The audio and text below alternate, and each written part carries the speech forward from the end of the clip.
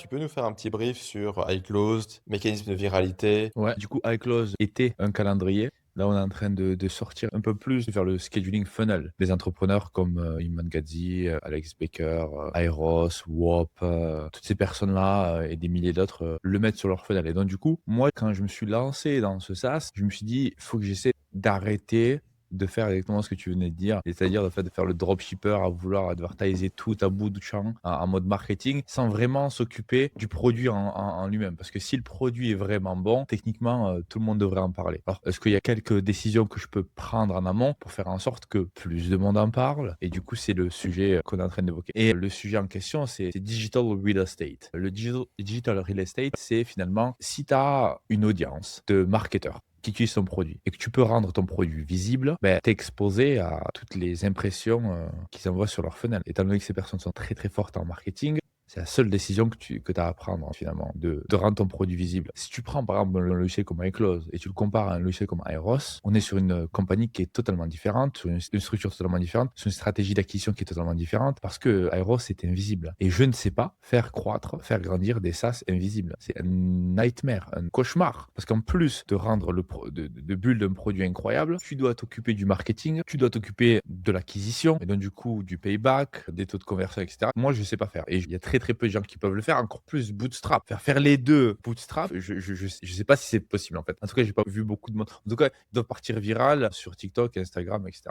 Et donc du coup, la valeur que tu as à créer un produit qui est visible, que les gens vont être OK pour le mettre sur leur site internet